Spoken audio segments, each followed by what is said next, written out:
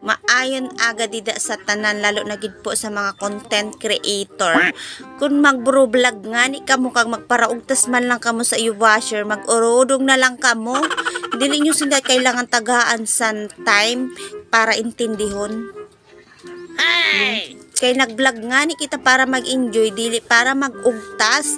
Kag nag-vlog kita para sa aton content, dili ta sinda paghimuan sang content. Kay pagaina sindan KSP, alam yung KSP, kulang sa pansin. Basahon tayo ni KSP, kulang sa pansin.